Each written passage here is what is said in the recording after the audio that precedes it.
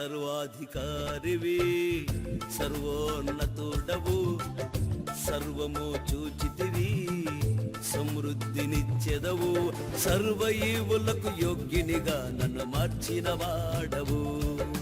సర్వ మహిమ ఘనత నిత్యము నీకే చెల్లును, సర్వ ఈవులకు యోగ్యునిగా నన్ను మార్చిన వాడవు. సర్వ మహిమ ఘనత నిత్యము నీకే చెల్లును, సర్వాధికారివి.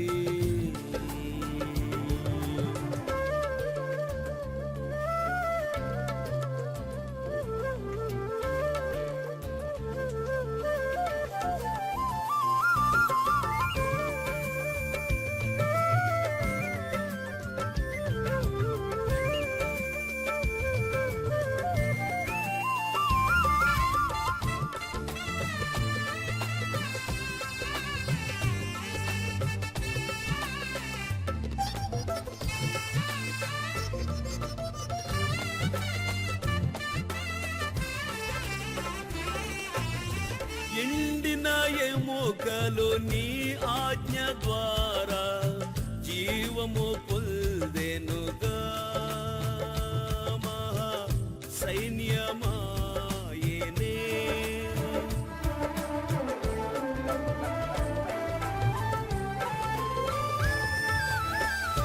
ఎండిన ఎముకలు నీ ఆజ్ఞ ద్వారా జీవము పొందెనుగా,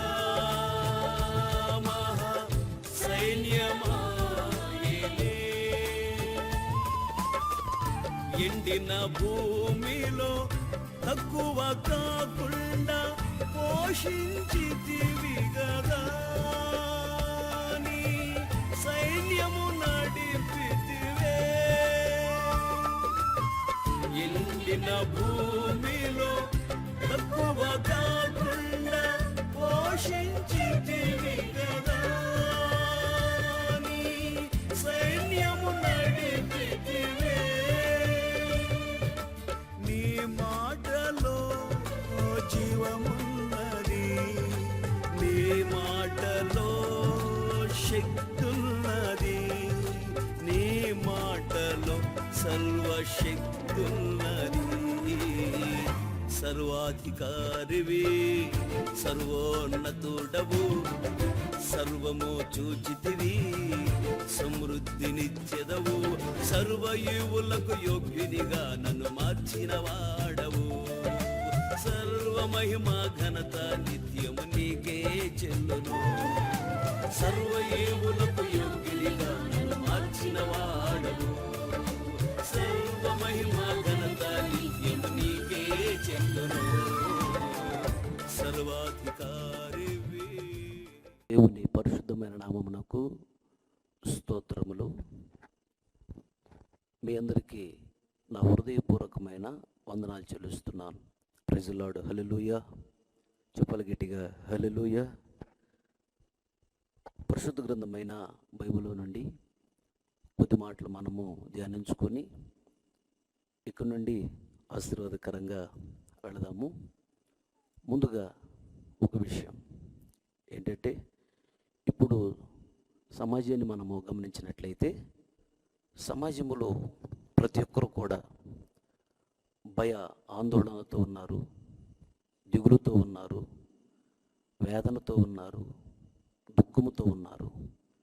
ఎలా బ్రతకాలో, ఎలా పోషించబడాలో, ఏంటి అసలు ఏం జరుగుతుంది, ఏమవుతుందో, భవిష్యత్తు ఎలా మారుతుందో అని ప్రతి ఒక్కరు కూడా చాలా వేదనతో ఉన్నారు. కరోనా వచ్చినటువంటి పరిస్థితులను బట్టి ప్రతి ఒక్కరూ కూడా ఎలా బ్రతకాలి అని ఆలోచనలో పడ్డారు. వాస్తవముగా ఏప్రిల్ 14తో ఈ లాక్డౌను తీసేస్తామని చెప్పారు. మరలా ఈ నెలాఖరు వరకు లాక్డౌన్ ఉంటుందని చెప్పారు. జూన్ నెల కూడా ఉండొచ్చు అంటున్నారు. అయితే ఇంట్లో నుంచి బయటకు రావద్దు అని చెప్తూ ఉన్నారు. ఏ పనికి వెళ్ళొద్దు అంటున్నారు. మరి ఎలా బ్రతకాలి, ఎలా పోషించబడాలి అని ప్రతి ఒక్కరూ వేదనతో బాధపడుతూ ఉన్నారు. మేము ఎలా పోషించబడాలి, మా పిల్లల్ని మేము ఎలా పోషించుకోవాలి, వృద్ధాప్యం వచ్చినటువంటి మా తల్లిదండ్రులను మేము ఎలా పోషించాలి, మా భవిష్యత్తు ఏంటి, అసలు ఎలా బ్రతకాలి అని ప్రతి ఒక్కరు కూడా ఆలోచనలో పడ్డారు. మరి ఇంకొక విషయాన్ని గమనించినట్లయితే తూర్పుగోదావరి జిల్లాలో ఈ కరోనా వైరస్ డబ్బుల మీద కూడా ఉన్నది, ఈ కరెన్సీ నోట్ల మీద కూడా ఉన్నది అని డాక్టర్లు కనుగొన్నారు. ఆ విషయం తెలిసిన దగ్గర నుంచి కూడా ఇంకా టెన్షన్ అయిపోయింది జనాలకి. డబ్బులు లేవు, ఎలా బ్రతకాలి, ఒకటి డబ్బులు ఉన్నా ఆ డబ్బుల మీద వైరస్ ఉన్నదేమోనని డబ్బులు పట్టుకోవడానికి కూడా భయం వేస్తుంది, ఓడిగిపోతూ ఉన్నారు గడగడ. ఇలా ఎలా బ్రతకాలి, ఎలా పోషించబడాలి అని ప్రతి ఒక్కరూ ఆలోచనలో పడ్డారు, బాధపడుతూ ఉన్నారు. అయితే ఇలా ఆలోచించుకుంటున్నటువంటి మీ అందరికీ చెప్పమని దేవుడు ఒక మాట నాకు చెప్పాడు. ఆ మాట చెప్పాలనే నేను మీ ముందు నిలబడి ఉన్నాను. ఏంటి ఆ విషయము? దేవుడు మీకు చెప్పమన్న మాట ఏంటంటే, చదవండి 81వ కీర్తన 16వ చరణం.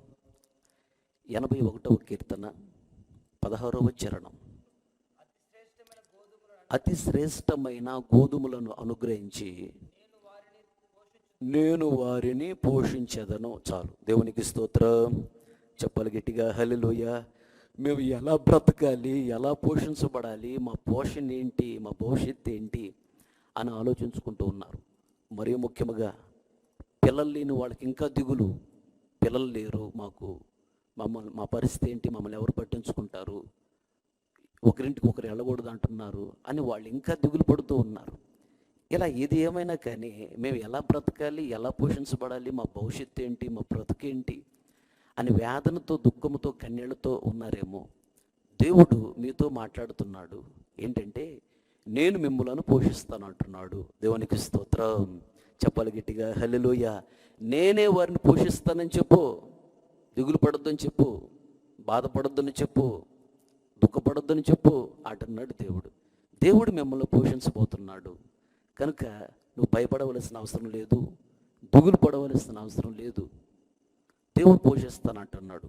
అయితే ఎలా పోషిస్తాడంటే ఆయన, ఎలా అంటే అతి శ్రేష్టమైనటువంటి గోధుమలు ఇచ్చి పోషిస్తానంటున్నాడు.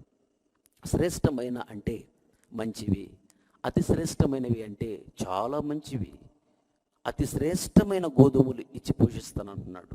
గోధుమలు అంటే ఆశీర్వాదములు అని అర్థం. ఏ ఆశీర్వాదం లేదని బాధపడుతున్నావో ఆ ఆశీర్వాదము ఇస్తానంటున్నాడు, ఇచ్చి పోషిస్తానంటున్నాడు దేవుడు. అయితే అతి శ్రేష్టమైన గోధుమలు ఇచ్చి పోషిస్తానంటున్నాడు అనగా చాలా మంచి మంచి ఆశీర్వాదాలు ఇచ్చి నేనే మిమ్మల్ని పోషిస్తాను, నేను మిమ్మల్ని విడువను, ఎడబాయను, భయపడకుండా నిబ్బరము కలిగి ఉండండి అని దేవుడే మీతో మాట్లాడుతూ ఉన్నాడు. Praise the lord. హల్లెలూయా. చెప్పాలి గట్టిగా హల్లెలూయా. ఎవరు మరిచినా నేను మరువనన్నాడు దేవుడు. తండ్రి తన బిడ్డలను మరచినా నేను మరువనన్నాడు దేవుడు, విడువనన్నాడు దేవుడు. కనుక కంగారు పడవలసిన అవసరం లేదు. ఎన్ని సమస్యలు వచ్చినా దేవుడు విడిచిపెట్టడు, దేవుడు మర్చిపోడు. తప్పనిసరిగా వాటన్నిటి నుంచి దేవుడు విడిపిస్తాడు, ఆశీర్వదిస్తాడు. ఆశీర్వదించడానికి దేవుడు సిద్ధంగా ఉన్నాడు. అయితే దేవుడు నా ద్వారా మీతో మాట్లాడుతున్నాడు మిమ్మల్ని ఆశీర్వదించాలని. దేవుడు ఒక విషయం చెప్పాడు అంటే పొరపాటున మాట మార్చుకోడు, మాట తప్పడు. ఆయన మాట ఇచ్చాడంటే అక్షరాల ఆయన మాట నెరవేరుస్తాడు. భూమి ఆకాశము గతించిన నా మాటలు ఏమాత్రము గతించవు అని దేవుడు చెప్పాడు. కనుక తేటగా ఇప్పుడు నీతో దేవుడే మాట్లాడుతున్నాడు. దేవుడే నీ భవిష్యత్తుని నిర్ణయించబోతున్నాడు. దేవుడే నీ భవిష్యత్తుని బంగారు బాటగా మార్చబోతున్నాడు. దేవుడే మిమ్మల్ని బహుగా మంచి మంచి ఆశీర్వాదాలు ఇచ్చి పోషించబోతూ ఉన్నాడు. దేవునికి స్తోత్రం. హల్లెలూయా, హల్లెలూయా. అయితే పోషిస్తానంటున్నాడు. ఎలా పోషిస్తాడు, ఎవరిని పోషిస్తాడు, కొన్ని విషయాలు మనం ధ్యానించుకొని ఇక్కడ నుండి ఆశీర్వాదకరంగా వెళదాం. ముందుగా ఒక వాక్య భాగాన్ని చదవండి. మత్తయి సువార్త 6వ అధ్యాయము 26వ వచనము.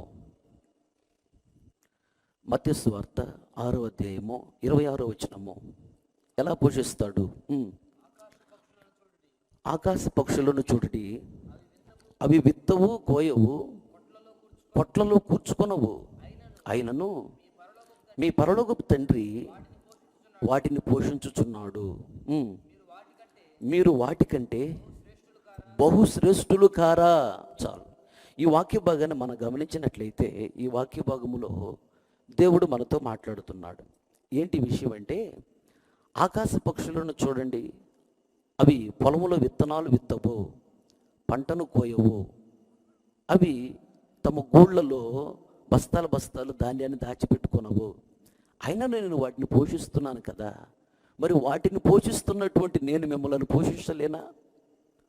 వాటికి నా స్వరూపం ఇవ్వలేదు, వాటికి నా పోలిక నేను ఇవ్వలేదు, వాటికి నా ఆత్మను నా మనస్సుని ఇవ్వలేదు, వాటి కొరకు రక్తాన్ని చిందించి ప్రాణాలు పెట్టలేదు. మరి వాటిని నేను పోషిస్తున్నప్పుడు నేను మిమ్మల్ని పోషించలేనా? నా పోలిక మీకు ఇచ్చాను, నా స్వరూపము నీకు ఇచ్చాను, నా రక్తాన్ని చిందించి ప్రాణాలు పెట్టాను, నా ఆత్మ నీలో ఉన్నది, అమూల్యమైన రక్తాన్ని ఇచ్చి నేను కొనుక్కున్నాను, నీవు నా సొత్తు, నిన్ను ఎలా విడిచిపెడతాను, నిన్ను ఎలా మర్చిపోతాను? దేవుడు అంటున్నాడు.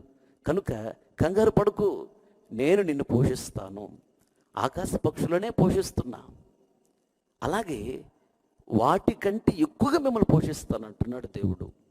వాటికంటే మీరు బహుశ్రేష్ఠులు కారా అంటున్నాడు. శ్రేష్ఠులు అంటే ముఖ్యమైన వారు, బహుశ్రేష్ఠులు అంటే చాలా ముఖ్యమైన వారు. పక్షులను పోషిస్తున్నాను, పక్షుల కంటే మీరు చాలా ప్రాముఖ్యమైన వారు నాకు అంటున్నాడు దేవుడు. ఆ పైన గమనిస్తే, ఏమి తిందుమా, ఏమి త్రాగుదుమా, ఏమి ధరించుకుందుమా, ఎలా బ్రతకాలి, ఏంటి పరిస్థితి, ఎలా పోషించబడాలి అని అనుకుంటున్నారు కదా. ఏమి కంగారు పడకండి, ఆకాశ పక్షులను పోషిస్తున్నాను, వాటికంటే ఎక్కువగా నేను మిమ్మల్ని కూడా పోషిస్తాను అని దేవుడే నీతో మాట్లాడుతున్నాడు. దేవునికి స్తోత్రం చెప్పాలందరూ గట్టిగా హల్లెలూయా. అయితే ఇక్కడ ఒక విషయాన్ని గమనించాలి.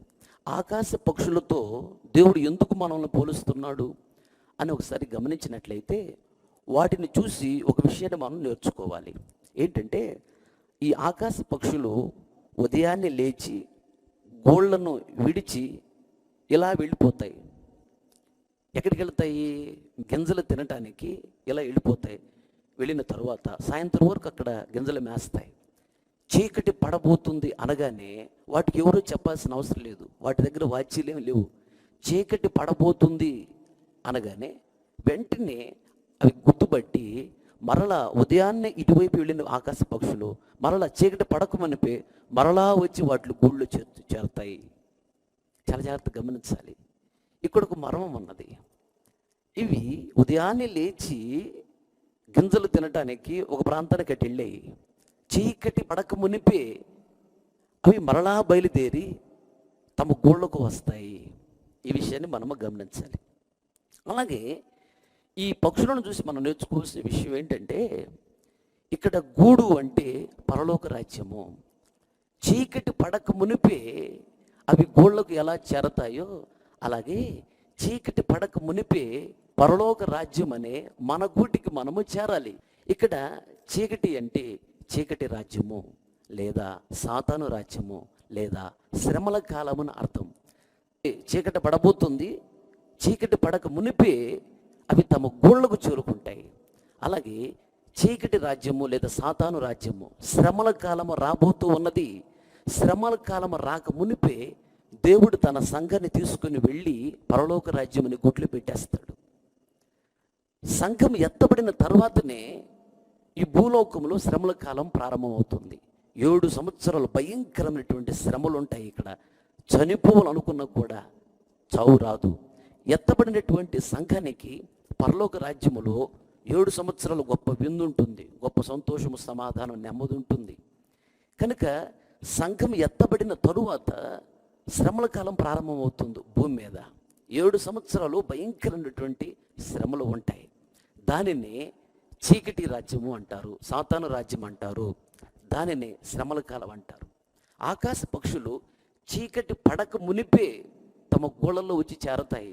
అలాగే చీకటి రాజ్యము లేదా శ్రమల కాలం రాక మునిపే దేవుడు ఆయన బిడ్డలమైన మనవులను గూడు అనే పరలోక రాజ్యములో చేర్చుకుంటాడు.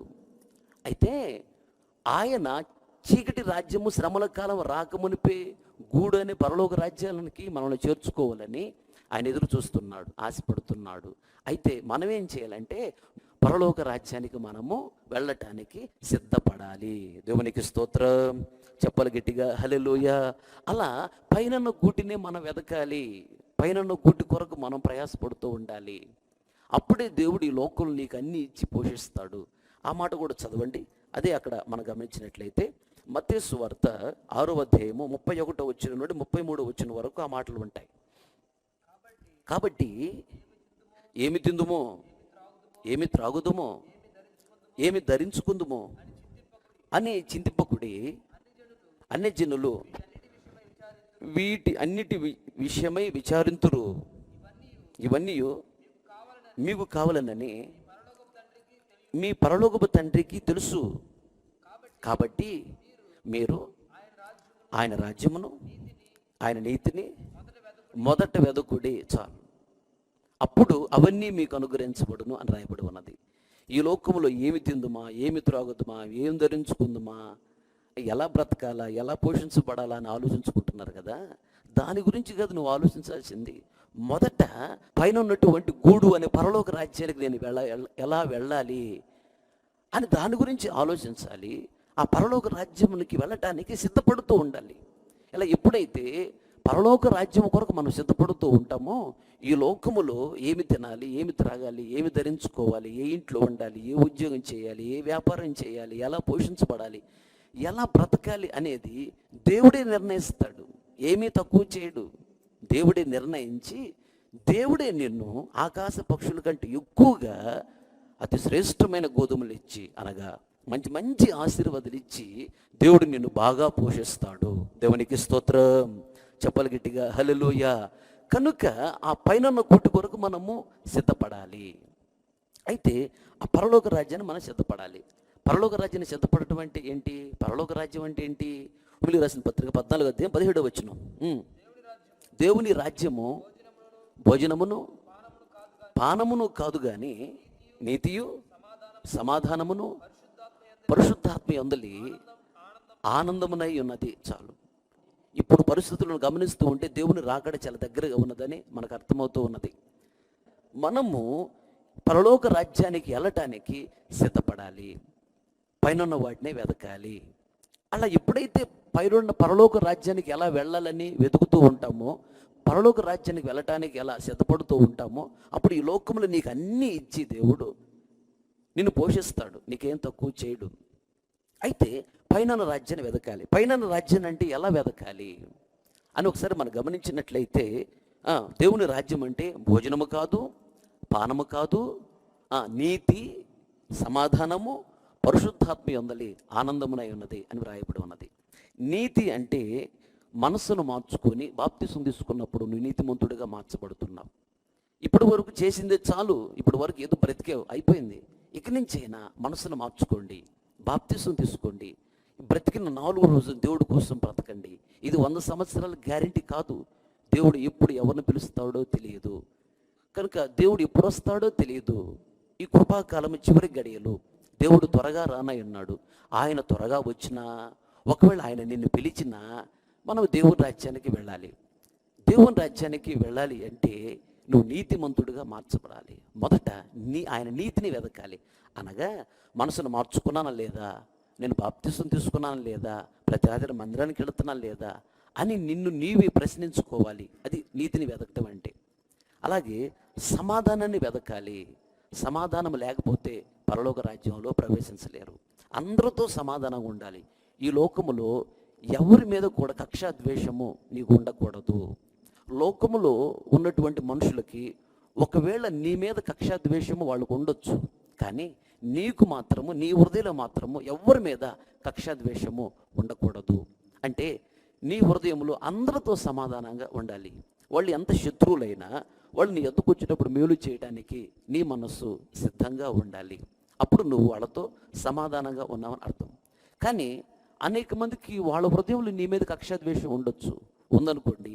నీ హృదయంలో మాత్రం వాళ్ళ మీద కక్షాద్వేషం లేదు. వాళ్ళకి మేలు చేయడానికి, వాళ్ళని ప్రేమించడానికి, వాళ్ళకి ప్రేమించి మేలు చేయడానికి, ప్రార్థన చేయడానికి నీ మనసు సిద్ధంగా ఉన్నది. అంటే అర్థం ఏంటంటే, నీవు వాళ్ళతో సమాధానంగా ఉన్నావు, కానీ వాళ్ళకి నీతో సమాధానం లేదు. నీకు అర్థమయ్యేది చెప్పాలంటే, ఉదాహరణకి నీ సహోదరుడికి నీకు గొడవ అయింది అనుకుందాం. అయితే నీవైతే నీ గుండెల్లో ఏ కక్ష ద్వేషం లేదు. ప్రభువా, తప్పు నాదైతే నన్ను క్షమించు, తప్పు ఆ సహోదరుడిదైతే ఆ సహోదరుని క్షమించు, మా ఇద్దరి మధ్యలో సమాధానం కలుగు చేయండి ప్రభువా అని ప్రార్థన చేసుకున్నావు. దాన్ని విడిచిపెట్టేసావు. అప్పుడు నీవు అతనితో సమాధానంగా ఉన్నావు అని అర్థం. కానీ అతను మాత్రం నీ మీద గుండెల్లో కక్ష ద్వేషాన్ని పెట్టుకున్నాడు. ఎప్పుడు దొరుకుతావా, ఎప్పుడు పగ తీర్చుకోవాలా అని ఎదురు చూస్తున్నాడు. అతడు అలా ఎదురు చూస్తున్నాడు అంటే దాని అర్థం ఏంటంటే, అతనికి నీతో సమాధానము లేదు కనుక అతను దేవుని దీవెనలు పొందలేడు, దేవుని రాజ్యంలో ప్రవేశించలేడు.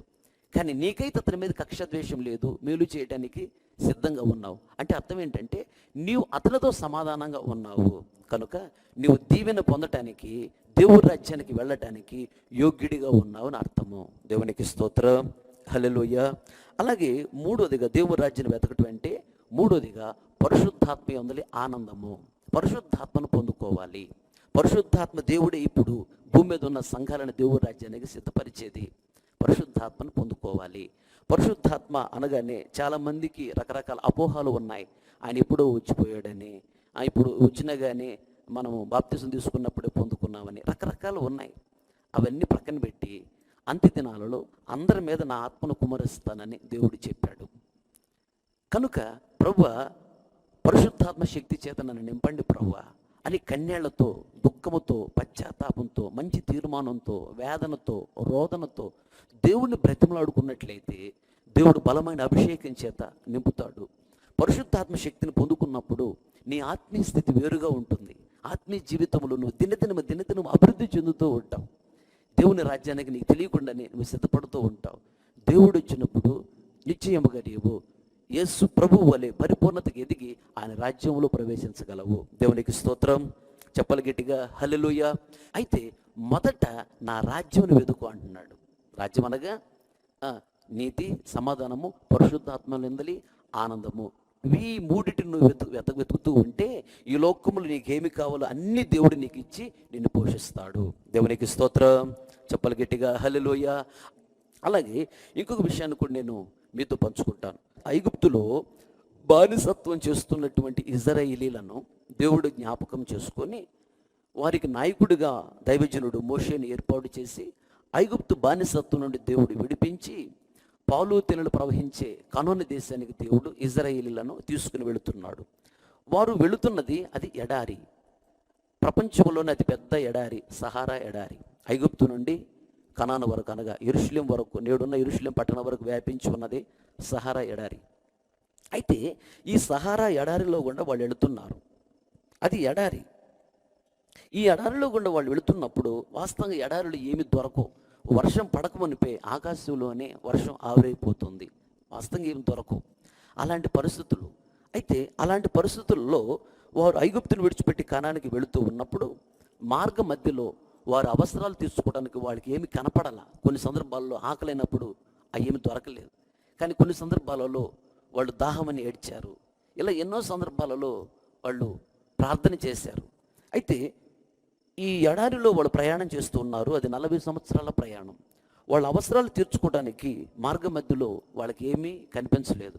అయినను దేవుడు వాళ్ళకు తోడయ్యండి, పగలు దేవుడు మేఘస్తంభముగా, రాత్రి దేవుడు అగ్నిస్తంభముగా వాళ్ళకు తోడయ్యండి వాళ్ళ ప్రతి అవసరత దేవుడు తీర్చాడు. 40 సంవత్సరములు ఏమీ తక్కువ కాకుండా దేవుడు సమృద్ధినిచ్చి పోషించాడని రాయబడి ఉన్నది. చదవండి ఆ మాటలు. నెహెమ్యా పుస్తకము 9వ అధ్యాయము 20-21 వచనాలు. నెహెమ్యా గ్రంథము 9వ అధ్యాయము 20-21 వచనాలు. వారికి బోధించుటకు నీ ఉపకార ఆత్మను దయచేసితివి, నీవిచ్చిన మన్నాను ఈయక మానలేదు, వారి దాహమునకు ఉదకమిచ్చితివి. నిజముగా అరణ్యములో ఏమీ తక్కువ కాకుండా 40 సంవత్సరములు వారిని పోషించితివి. చాలు, చాలా జాగ్రత్తగా నా మాటలు మీరు గమనించాలి. ఈ వాక్య భాగాన్ని గమనించినట్లయితే ఐగుప్తు నుండి కనానికి వెళ్ళడానికి 40 సంవత్సరాల ప్రయాణం. ఈ ఇజ్రాయేలు బయలుదేరి వెళుతూ ఉన్నారు. ఇంచుమించు 20 లక్షల మందిని ఒక అంచనా. అయితే వీళ్ళందరూ వెళుతూ ఉన్నారు. వాళ్ళ అవసరాలు తీర్చుకోవడానికి ఆ ఎడారిలో, అరణ్యంలో వారికి ఏమి కనిపించలేదు. అయినను వాళ్ళకి ఏమీ తక్కువ కాకుండా ఈ 40 సంవత్సరములు దేవుడు అన్ని సమృద్ధిగా ఇచ్చి దేవుడు వాళ్ళని పోషించాడు. ఎలా పోషించాడంటే, దేవదూతలు తినేటువంటి అతి శ్రేష్టమైనటువంటి ఆ మన్న ఆహారాన్ని ప్రతిరోజు ఉదయాన్నే కురిపించేవాడు ఆయన. అలాగే ఈరోజు మినరల్ వాటర్ అంటున్నారు. అవన్నీ మినరల్ వాటర్ కాదు, 5 అయితే లేనిపోయిన రోగాలు వస్తాయి. కానీ దేవుడు ఆ రోజున చాలా శ్రేష్టమైనటువంటి మంచినీళ్ళను బండని చీల్చి బండలో నుండి మంచినీళ్ళు ఇచ్చాడు దేవుడు. ఇలా చాలా అతి శ్రేష్టమైనటువంటి ఆశీర్వాదాలు వాళ్ళకి ఇస్తూ వాళ్ళని దేవుడు తృప్తిపరిచి వాళ్ళని నడిపించాడు. వాళ్ళకి ఏమి తక్కువ కాకుండా దేవుడు చేశాడు. అలాగే ఈరోజు కూడా అవసరాలు తీర్చుకోవడానికి ఏ మార్గం మీకు కనిపించట్లేదు. డబ్బులు వచ్చే మార్గం లేదు. పనికి వెళ్ళొద్దు అంటున్నారు, పనికి పోకపోతే డబ్బులు రావు. డబ్బులు వచ్చే మార్గం లేదు. ఒకవేళ డబ్బులు ఉన్నా, ఒకవేళ ఎవరన్నా డబ్బులు ఇస్తున్నా, డబ్బులు తీసుకోవాలంటే భయం వేస్తుంది, ఆ డబ్బుల మీద వస్తుంది. ఇలా అవసరాలు తీర్చుకోవాలి. అవసరాలు తీర్చుకోవడానికి ఏ మార్గం కనిపించట్లేదు. ఎలా బ్రతకాలి, ఎలా పోషించబడాలి ఏం అర్థం కాని పరిస్థితి. దిగులుగా ఉన్నది. వాళ్ళు కూడా ఐగుప్తుని విడిచిపెట్టి కనానికి వెళ్ళేటప్పుడు ఎన్నో అవసరతలు ఉన్నాయి. అవసరాలు తీర్చుకోవడానికి ఏ మార్గమో కనపడాల. అయినను వాళ్ళకి ఏమి తక్కువ కాకుండా దేవుడు వాళ్ళని 40 సంవత్సరములు పోషించాడు. అలాగే ఈరోజు మీ అవసరాలు తీర్చుకోవడానికి మీకు ఏమి మార్గాన్ని కనిపించట్లేదు. ఏమి కంగారు పడవలసిన అవసరం లేదు. అయినను దేవుడు మీకు అన్ని రకాల దీవెనలు సమృద్ధిగా ఇచ్చి నీకేమీ తక్కువ కాకుండా దేవుడు చేసి మిమ్మల్ని పోషించబోతూ ఉన్నాడు. చెప్పలు గట్టిగా హల్లెలూయా, హల్లెలూయా. దేవుడు ఆ విధముగా ఏమి తక్కువ కాకుండా నిన్ను పోషిస్తారని దేవుడు నీతో మాట్లాడుతూ ఉన్నాడు. కనుక నువ్వేమి దుఃఖపడకో, కన్నీళ్ళు పెట్టుకో, బాధపడకో. నీ ప్రతి అవసరత దేవుడు తీరుస్తాడు. నీకు ఏ దీవెన కూడా తక్కువ కాదు. దేవుడు అలా మిమ్మల్ని దీవించబోతున్నాడు, అలా ఆశీర్వదించబోతున్నాడు. ఎవరు నేను విడిచిపెట్టినా దేవుడు పొరపాటు నేను విడిచిపెట్టడు. ఆయన సర్వశక్తి గల దేవుడు. ఆయనకు తెలియకుండా అంటూ ఏమి రాదు. అన్నీ ఆయన గమనిస్తూనే ఉన్నాడు, అన్ని చూస్తూనే ఉన్నాడు. నువ్వు ప్రార్థన చేస్తున్నావు, కన్నీళ్లు కారుస్తున్నారు, మీరు దుఃఖపడుతున్నారు. దేవుడు అవన్నీ చూశాడు. నువ్వు ప్రార్థన చేయడం చూశాడు. నీ ప్రార్థన దేవుడు విన్నాడు. నిన్ను ఆశీర్వదించాలని ఆశపడుతున్నాడు. అందుకని ఆయన సేవకుడైన నా ద్వారా దేవుడు తేటగా మీతో మాట్లాడుతున్నాడు. దేవుడు మిమ్మల్ని ఏమీ తక్కువ కాకుండా అన్ని సమృద్ధికి ఇచ్చి దేవుడు మిమ్మల్ని పోషించబోతున్నాడు. ప్రజలాడు హల్లెలూయా. చెప్పాలి గట్టిగా హల్లెలూయా.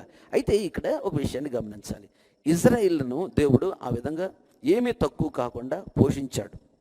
అయితే వాళ్ళని దేవుడు ఇలా ఎందుకు పోషించాడు అని ఒకసారి మనం గమనించినట్లయితే, ఐగుప్తు దేశంలో వాళ్ళు ఆ ఇబ్బందులు తట్టుకోలేక, ఆ బానిసత్వాన్ని తట్టుకోలేక వాళ్ళు భయంకరంగా ఏడ్చి మొరపెట్టారు, ప్రార్థన చేశారు. అందుకని దేవుడే స్వయముగా దిగి వచ్చి వాళ్ళని విడిపించి పాలు తేనెలు ప్రవహించే కనాను దేశానికి దేవుడు వాళ్ళని తీసుకొని వెళ్ళాడు. అలా పోషించాడు. ఇప్పటికీ క్షేమంగా వాళ్ళందరినీ పోషిస్తూనే ఉన్నాడు. అయితే వాళ్ళు మొరపెట్టినా రాయబడి ఉన్నది. చదవండి ఆ మాటలు. నిర్గమకాండము 3వ అధ్యాయము 8-9 వచనాలు. నిర్గమకాండము 3వ అధ్యాయము 8-9 వచనాలు. ఈ మాట మనం గమనించినట్లయితే, కాబట్టి ఐగుప్తుల చేతిలో నుండి వారిని విడిపించుటకును ఆ దేశంలో నుండి విశాలమైన మంచి దేశమునకు, అనగా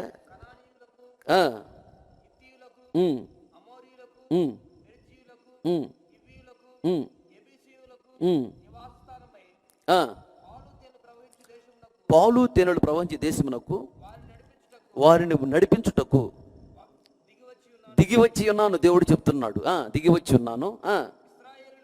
అదుగో ఇశ్రాయేలీల మొర నిజముగా నా యొద్దకు చేరి ఉన్నది. చాలు, దేవునికి స్తోత్రం. చెప్పలు గట్టిగా హల్లెలూయా. ఇశ్రాయేలీలను దేవుడు ఆ భయంకరమైనటువంటి బానిసత్వం నుంచి విడిపించి ప్రతి అవసరత తీరుస్తూ ఏమి తక్కువ కాకుండా వారిని పోషించి కనానికి దేవుడు తీసుకుని వెళ్ళాడు. అలాగే దేవుడు నీ జీవితంలో కూడా చేయాలని ఆశపడుతున్నాడు. అయితే ఇక్కడ ఒక విషయం గమనించాలి. ఎందుకు దేవుడు అంత శ్రద్ధ తీసుకున్నాడు? దేవుడే దిగి వచ్చి వాళ్ళని బానిసత్వం నుంచి విడిపించి వాళ్ళని అలా పోషిస్తూ తీసుకుని వెళ్ళాడు అని మనం గమనించినట్లయితే, వాళ్ళు దేవునికి మొరపెట్టారు అని వ్రాయబడి ఉన్నది. మొరపెట్టారు, కన్నీళ్లతో వేదనతో ప్రార్థన చేశారు అని వ్రాయబడి ఉన్నది. అలాగే నీవు కూడా మోకరించి ప్రార్థన చేసే వ్యక్తివైతే నీకు ఏ దీవెన కూడా తక్కువ కాదు, నీకు ఏమి కూడా తక్కువ కాకుండా సమృద్ధిని మేలుల చేత దేవుడు నిన్ను తృప్తిపరచి ఆయన నిన్ను కనాను అనే పరలోక రాజ్యాన్ని తీసుకుని వెళ్ళబోతున్నాడు. దేవునికి స్తోత్రం. చెప్పాలందరూ గట్టిగా హల్లెలూయా, చెప్పాలి గట్టిగా హల్లెలూయా. వినాలి జాగ్రత్తగా. ఇలా మొరపెట్టారు, ప్రార్థన చేశారు. ప్రార్థన చేసే అనుభవము వాస్తవంగా ఇప్పుడు సమాజాన్ని మనం గమనించిన, సంఘంలో గమనించిన జరిగేది ఏంటంటే, ఏదైనా ఒక సమస్య వచ్చినప్పుడు గంటలు గంటలు జనాల దగ్గరికి వెళ్ళి చెప్పుకుంటూ ఉంటారు. నాకు ఈ సమస్య వచ్చింది, నాకు ఈ సమస్య వచ్చిందని ఇంటింటికి తిరిగి జనాలు చెప్పుకుంటూ ఉంటారు. కొందరికి ఇది ఒక అలవాటు, జనాలు చెప్పుకుంటారు. జనాలకు చెప్పినప్పుడు ఏం జరిగిద్దంటే వాళ్ళు మ్యూజిక్ వేస్తారు. ఏమని మ్యూజిక్ వేస్తారంటే, నువ్వు చెప్పగలనే అలా జరిగింది అక్క, నాకు చాలా బాధగా ఉంది అక్క, నేను చూస్తున్నా నాకు ఎందుకు వేదనగా ఉంది అక్క, ఎందుకు అలా జరిగింది అక్క అని మ్యూజిక్ వేస్తారు. నువ్వు పక్కకి వెళ్ళిన తర్వాత పక్క నవ్వుకుంటారు. దానికి అట్లాగే ఉండాలి, వాడికి అట్నే జరగాలి అని పక్కకి వెళ్ళిన తర్వాత బాగా నవ్వుకుంటారు వాళ్ళు. అంతేకాదు, వాళ్ళు నువ్వు ఎవరికైతే చెప్పొద్దు అంటావో వాళ్ళందరికీ చెప్పి గోల్ చేస్తారు, ఎగతాళి హేళన చేస్తారు. ఇది జరిగేది, మనుషులు చెప్పుకుంటే జరిగేది ఇది. మనుషులు చెప్పుకోవటం వల్ల ప్రయోజనం ఉండదు. అలా కాకుండా మోకరించి మనల్ని సృష్టించిన సృష్టికర్త మన తండ్రి మహాజాలిగల దేవుడైన, మహాప్రేమగల దేవుడైన, కన్నేళ్లతో వేదనతో, అయ్యా నీవే మాకు దిక్కు, నీవు కాక వేరొక దిక్కు వేరొక దైవము మాకు లేరయ్యా, మమ్మల్ని విడిపించండి అయ్యా, మమ్మల్ని తప్పించండి అయ్యా, మమ్మల్ని కాపాడండి అయ్యా, మమ్మల్ని ఆశీర్వదించండి అయ్యా, మాకు ఎవరున్నారయ్యా అని కన్నీళ్ళు కార్చి దేవుని నువ్వు బ్రతిమలాడుకునే వ్యక్తి అయితే ఆయన మహాజాలిగల దేవుడు కనుక ఆయన నీ కన్నీటి ప్రతి బాష్ప బిందువు నుండి ఆయన విడిపిస్తాడు. నీ దుఃఖాన్ని దేవుడు సంతోషంగా మారుస్తాడు, నీ కన్నీటిని నాట్యంగా మారుస్తాడు, నీ హృదయంలో వేదన ఆవేదన తొలగిస్తాడు, భయం ఆందోళన నుంచి దేవుడు విడిపిస్తాడు. నిశ్చయముగా దేవుడు నిన్ను ఆశీర్వదిస్తాడు. దేవునికి స్తోత్రం, హల్లెలూయా. నీతిమంతులకు కలుగు ఆపదలు అనేకములు, కానీ యెహోవా వాటి అన్నిటి నుండి విడిపిస్తాడని రాయబడి ఉన్నది. కొన్నిటి నుంచి కాదు, అన్నిటి నుంచి విడిపిస్తాడు ఆయన. కనుక సమస్యలు రావని దేవుడు చెప్పలేదు, వస్తాయి. సమస్యలు అందరికీ వస్తాయి. దేవుణ్ణి నమ్ముకొనని వాళ్ళకి సమస్యలు వస్తాయి, దేవుణ్ణి నమ్ముకున్నటువంటి మనకి సమస్యలు వస్తాయి, అందరికీ వస్తాయి. కానీ నీవు దేవుణ్ణి నమ్ముకుని దేవుని కొరకు బ్రతుకుతున్న నీతిమంతుడవు, నీతిమంతురాలువు కాబట్టి దేవుడు నిన్ను జ్ఞాపకం చేసుకుంటాడు. దేవుని కొరకు నువ్వు బ్రతుకుతున్నావు కాబట్టి నీ సమస్యలన్నిటి నుంచి దేవుడు విడిపిస్తాడు. అట్లా కాకుండా యేసు ప్రభువు నిజమైన దేవుడు అని నమ్మనటువంటి వాళ్ళకు కూడా సమస్యలు వస్తాయి. అయితే సమస్యలు దేవుడు వాళ్ళని పట్టించుకోడు కనుక సమస్యలతోనే వాళ్ళు పతనమైపోతారు. అయితే మనకి కూడా సమస్యలు వస్తాయి, సమస్యలు మొరపెట్టాలి. ఇలా మొర్రపెట్టినప్పుడు, ఇలా ప్రార్థన చేసినప్పుడు దేవుడే దిగి వచ్చి నీ సమస్యలన్నిటి నుంచి విడిపించి ఆయన నీ దుఃఖాన్ని సంతోషంగా మారుస్తాడు. దేవునికి స్తోత్రం, హల్లెలూయా. దేవుణ్ణి నమ్మని వాళ్ళకి సమస్యలు వస్తాయి, ఎందుకంటే వాళ్ళ పతనం కొరకు వస్తాయి ఆ సమస్యలు. కానీ దేవుణ్ణి నమ్ముకున్నటువంటి మన జీవితంలో కూడా సమస్యలు మనకు వస్తాయి. మనకు సమస్యలు ఎందుకు వస్తాయంటే మనల్ని సరిచేసి మనకి ప్రమోషన్ ఇవ్వడానికి సమస్యలు వస్తాయి. ప్రైజ్ ది లార్డ్, హల్లెలూయా. అనగా ఇంకా నేను ఉన్న ఆత్మీయ జీవితంలో నీ చేత బాగా ప్రార్థన చేయించి ఆత్మీయ జీవితంలో నేను ఇంకా బాగా ఎదిగించడానికి సమస్యలు వస్తాయి. మీకు అర్థమయ్యేటట్టు చెప్తా వినండి. నీకు దేవుడు అన్ని సమృద్ధిగా ఇచ్చాడు అనుకో, అన్ని సమృద్ధిగా ఉన్నాయి, తినడానికి ఉంది, ఉండటానికి ఉంది, కట్టుకోవడానికి ఉన్నాయి, అన్ని సమృద్ధిగా ఉన్నాయి.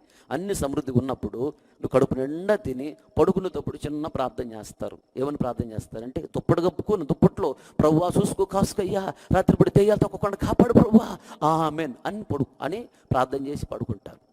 పెద్దగా ప్రార్థన ఏం చేయరు. అయితే అలా కాకుండా దేవుడు ఏం చేశాడు, ఉదయాన్నే నువ్వు లేవటం కూడా లేటుగా లేచావు, మీ అత్తగారిని కొంచెం అటు కదిలించాడు. కదిలించగానే అన్నది, ఈ పనికి మాలింది మా ఇంటికి వచ్చిన దగ్గర నుంచి మా కుటుంబమే నాశనం అయిపోయింది, ఈ పనికి మాలి చూడు ఎన్ని గంటలు నిద్రపోతుందో అని ఇంతలా మాట అన్నది. ఆ మాట అనగానే నీకు ఎక్కడలేని వేదన కలిగింది, దుఃఖము కలిగి ఏడ్చావు, బాధపడ్డావు, ఆయనతో చెప్పావు, అనగా మీ భర్తతో చెప్పంగా ఆయన అన్నాడు, నువ్వు మంచిదనం అయితే మా అమ్మ మాత్రం ఎందుకని ఎత్తులే అన్నాడు ఆయన కూడా. ఇప్పుడు ఎట్లుందంటే మూలిగా నాకు మీద తాటిగా పడ్డట్టుంది ఇప్పుడు వ్యవహారం. అప్పుడు ఈ కోడలు ఏం చేసిద్దంటే చేసేదేమీ లేక అన్ని ప్రతికూలంగా మార్చబడ్డాయని ఉపవాసం ఉండేది. ఇప్పుడు ఉపవాసం ఉండి గంటలు గంటలు ఏడ్చి ఏడ్చి ప్రార్థన చేసిద్ది. అయ్యా నువ్వు కాకపోతే నాకు ఇంకెవరున్నారయ్యా, నన్ను విడిపించయ్యా, నన్ను తప్పించయ్యా, అందరూ నాకు శత్రువులు అయిపోయారు, నన్ను అర్థం చేసుకునేవాళ్ళయ్యా, నన్ను ఆశీర్వదించయ్యా అని అప్పుడు ఏడ్చి ఏడ్చి గంటలు గంటలు ఏడ్చి నువ్వు ప్రార్థన చేస్తావు. అప్పుడు దేవుడు దిగి వస్తాడు, నీ సమస్యలన్నింటినీ విడిపిస్తాడు, నిన్ను ఆశీర్వదిస్తాడు. నీకు అన్ని సమృద్ధిగా ఉన్నప్పుడు పొరపాటు నువ్వు ప్రార్థన చేయవు, దుప్పటి కప్పుకుని దుప్పట్లో చూసుకో, ప్రభువా స్తోత్రం స్తోత్రం అని పడుకుని నిద్రపోతావు. సమస్య వచ్చినప్పుడు గంటలు గంటలు ప్రార్థన చేస్తావు. గంటలు గంటలు ప్రార్థన చేసినప్పుడు దేవుడు నీకు బాగా దగ్గర అవుతాడు. దేవుడు బాగా దగ్గర అయ్యాడు అంటే నీకు అనేక విషయాలు నేర్పిస్తాడు. పరిశుద్ధత అంటే నేర్పిస్తాడు, భక్తి అంటే ఏంటి నేర్పిస్తాడు, యథార్థత అంటే ఏంటి నేర్పిస్తాడు, ప్రార్థన అంటే ఏంటి నేర్పిస్తాడు. గంటలు గంటలు నీ చేత ప్రార్థన చేయించి ఆయన నీకు తెలియకుండా నేను పరలోక రాజ్యానికి సిద్ధపరుస్తాడు. ప్రజలాడు హల్లెలూయా, చెప్పలు గట్టిగా హల్లెలూయా. అందుకనే దావీదు అంటాడు, శ్రమ కలుగుట నాకు మేలాయను అంటాడు. శ్రమ కలగక మునుపు నేను త్రోవ విడిచితిని, శ్రమ కలిగిన తరువాత ఇప్పుడు నేను ఆయన త్రోవలో నడుస్తున్నాను అంటున్నాడు. చాలా జాగ్రత్తగా గమనించాలి. కనుక శ్రమలు అనేవి మన ప్రమోషన్ కొరకు, శ్రమలు అనేవి మన ఆత్మీయ జీవితాన్ని దినదిన అభివృద్ధి చేయడానికి, శ్రమలు అనేవి దేవుని ఆశీర్వాదములకు యోగ్యంగా మార్చడానికి, దేవుని రాజ్యానికి యోగ్యంగా మార్చడానికి, విధేయత నేర్పించడానికి. ఏ శ్రమల ద్వారా విధేయత నేర్చుకున్నాడు అని రాయబడి ఉన్నది. మనకి విధేయత నేర్పించడానికి కొంచెం శ్రమలో కూడా దేవుడు నడిపిస్తూ ఉంటాడు. ఏదో అయిపోతుందని కంగారు పడకూడదు. ఇప్పుడు దేవుడు మనల్ని కొంచెం శ్రమల్లో కూడా నడిపిస్తున్నాడు. ఎందుకంటే మన చేత బాగా ప్రార్థన చేయించి దేవుడు మనకు దగ్గరగా ఉండాలని, మనతో బాగా స్నేహం చేయాలని, ప్రతి అవసరత తీర్చాలని, దేవుడు మనం బాగా దీవించాలని, ఏమి తక్కువ కాకుండా సమృద్ధి మేలుడిచి తృప్తిపరచాలని, ఆయన నామానికి మహిమ తెచ్చుకోవాలని కొంచెం శ్రమలో కూడా దేవుడు నడిపిస్తున్నాడు. కంగారు పడకూడదు. ప్రజలాడు హల్లెలూయా, చెప్పలు గట్టిగా హల్లెలూయా. కనుక వాళ్ళు మొరపెట్టారు, అందుకు దేవుడే దిగి వచ్చాడంట. వచ్చి మొర నుంచి వాళ్ళని సమస్యల నుంచి విడిపించాడు. వారికి ఏమి తక్కువ కాకుండా సమృద్ధిని మేలుడి చేత తృప్తిపరచి క్షేమముగా వారిని కనానికి చేర్చాడు. అలాగే నీవు ఇలా మొరపెట్టే వ్యక్తివైతే జనాలకు చెప్పుకోవటం వల్ల ఉపయోగం లేదు. మోకరించి దేవుడికి చెప్పు, దేవునికి ప్రార్థన చేయటం నేర్చుకో. ఎప్పుడైతే ఇలా నువ్వు ప్రార్థన చేస్తావో నీ శ్రమలన్నిటి నుంచి దేవుడు నిన్ను విడిపిస్తాడు. విడిచిపెట్టడు మన దేవుడు, విడిపించి దేవుడు నిన్ను గొప్ప చేస్తాడు. ప్రైజ్ హల్లెలూయా, చెప్పలదరి గట్టిగా హల్లెలూయా. అలాగే ఇంకొక విషయాన్ని మనం గమనించినట్లయితే అరణ్యంలో వారు వెళుతూ ఉన్నారు. వారికి ఏమి తక్కువ కాకుండా దేవుడు వారిని బాగా పోషించాడు. నిన్ను కూడా అలాగే పోషిస్తాడు. అయితే ఎందుకు దేవుడు ఇలా వీళ్ళని పోషించాడు అని ఒకసారి గమనించినట్లయితే, మీరు ఐగుప్తుని విడిచిపెట్టి కనానుకి వెళ్ళాలి అని దేవుడు దైవజనుడు ద్వారా మాట్లాడగానే వాళ్ళు వెంటనే బయలుదేరారు. ఐగుప్తుని విడిచిపెట్టడానికి వాళ్ళు ఇష్టపడ్డారు. చదవండి ఆ మాటలు. ఆ మాటలు గమనించినట్లయితే నిర్గమాకాండము 12వ అధ్యాయము 41వ వచనము. నిర్గమాకాండము 12వ అధ్యాయము 41వ వచనం.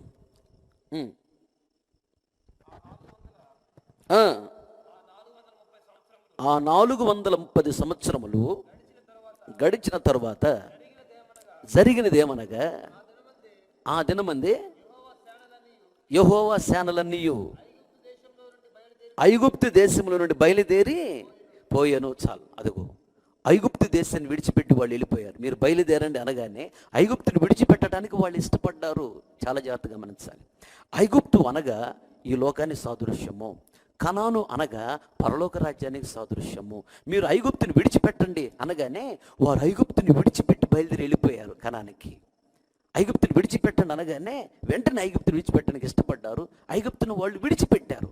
అలాగే దేవుడు నీతో కూడా మాట్లాడుతున్నాడు.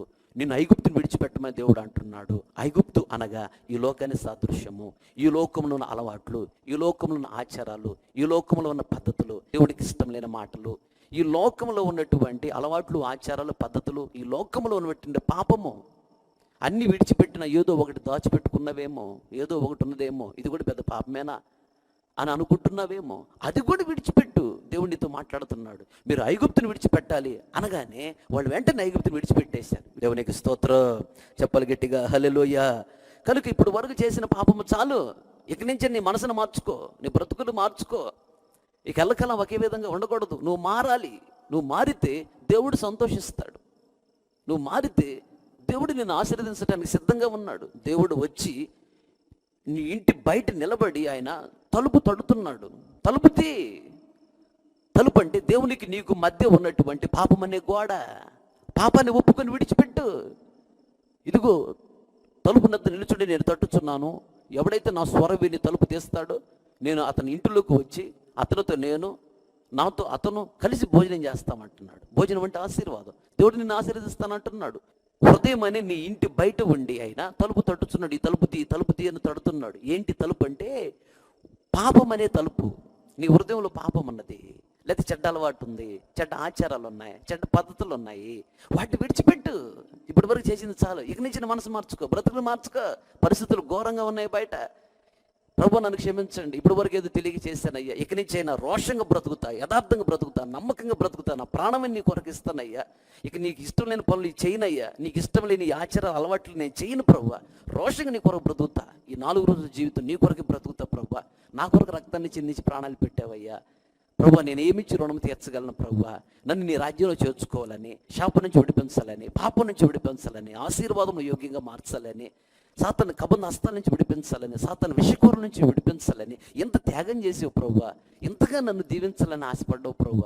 నా కొరకు ఇంత త్యాగం చేసావు కాబట్టి ఇదిగో ప్రభు, బ్రతికి 4 రోజులు నీకోసం బ్రతుకుతా అని ఒక మంచి తీర్మానం చేసుకొని ఎప్పుడైతే నీవు ఈ ఐగుప్తుని, ఈ పాపాన్ని విడిచిపెట్టడానికి, ఆచారాన్ని విడిచిపెట్టడానికి నువ్వు ఇష్టపడతావో, పరలోక రాజ్యానికి ఎప్పుడైతే నువ్వు బయలుదేరతావో, దేవుని రాజ్యం కొరకు సిద్ధపడాలని ఎప్పుడైతే ఆశ కలిగి ఉంటావో, నిశ్చయముగా దేవుడు ఈ లోకములో నీకు ఏమి తక్కువ కాకుండా అన్ని సమృద్ధిగా ఇచ్చి నిన్ను పోషిస్తాడు. ప్రజలాడు హల్లెలూయా.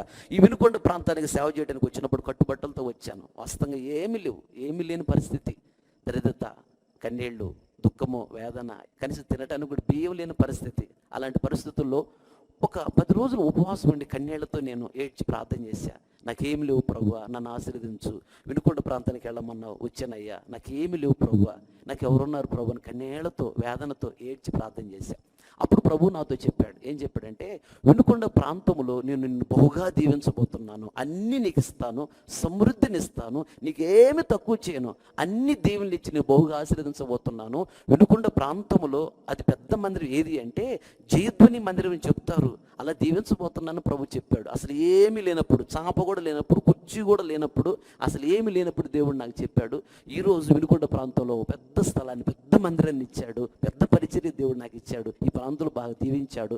ఇంకా రాబో దినాలలో ఈ పరిచర్యలోకి లక్షల మంది విశ్వాసులు ఉంటారు, వేల మంది సేవకులు ఉంటారు. ఈ పరిచర్యను బాగా ఆంధ్ర రాష్ట్రంలో బాగా దీవించబోతున్నాను ప్రభు నాకు చెప్పాడు. ప్రభు చెప్పాడంటే అక్షరాలే చేస్తాడు. నా జీవితంలో నాతో చెప్పాడు, అలాగే చేశాడు, చేస్తున్నాడు.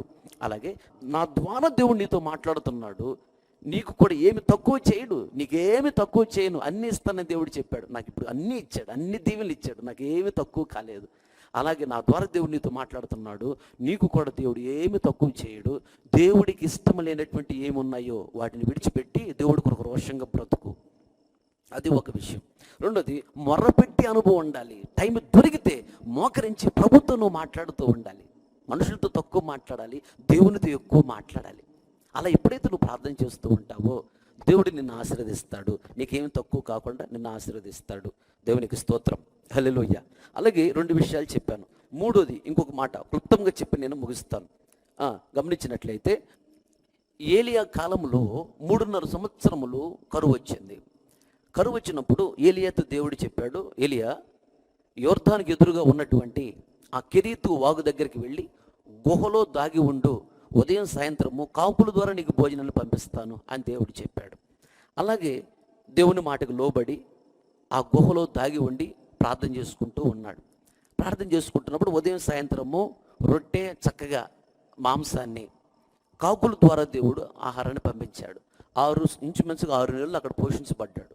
ఆ కెరీతు వాగులో ఎండలకి నీళ్ళు అయిపోయాయి, వర్షాలు లేవు కదా, నీళ్ళు అయిపోయాయి. ఇంకా 3 సంవత్సరాలు కరువు ఉన్నది. అప్పుడు దేవుడు చెప్పాడు, ఏలియా సీదోను పట్టణానికి దగ్గరగా ఉన్నటువంటి సారెపతు అనేటువంటి గ్రామానికి వెళ్ళు. ఆ గ్రామంలో ఒక విధవరాలు ఉంటుంది, నిన్ను పోషించమని ఆవిడకి నేను చెప్పాను అని దేవుడు అన్నాడు. అన్నప్పుడు ఇంకా దేవుడు ఒక మాట చెప్పాడంటే అక్షరాలే చేస్తాడు. మాట తప్పుడు, మాట మార్చుకోడు. కనుక ఈ ఏలియా బయలుదేరి వెళ్ళాడు. వాస్తవంగా ఆవిడ పోషించిద్ది అని చెప్పాడు. అట్లాగని ఆ ఇంట్లో బస్తాలు బియ్యం ఏమి లేవు, ఆ ఇంట్లో పరిస్థితి కూడా ఘోరంగా ఉన్నది. ఆ ఇంటికి వెళ్ళాడు ఈయన. వెళితే ఆవిడ ఊరి చివరికి వచ్చి పొలలు ఏరుకుంటూ ఉన్నది. పొలలు ఏరుకుంటున్నప్పుడు ఈ దైవజనుడు వెళ్ళాడు, ఆ విధవరాలు ఎవరో కనుక్కున్నాడు. అడిగితే అయ్యా ఆ విధవరాలు నేనన్నయ్యా అని చెప్పింది ఈవిడ. అయితే అంటాడు, దాహంతో ఉన్నానమ్మా, కొంచెం మంచినీళ్ళు తీసుకురమ్మా అన్నాడు.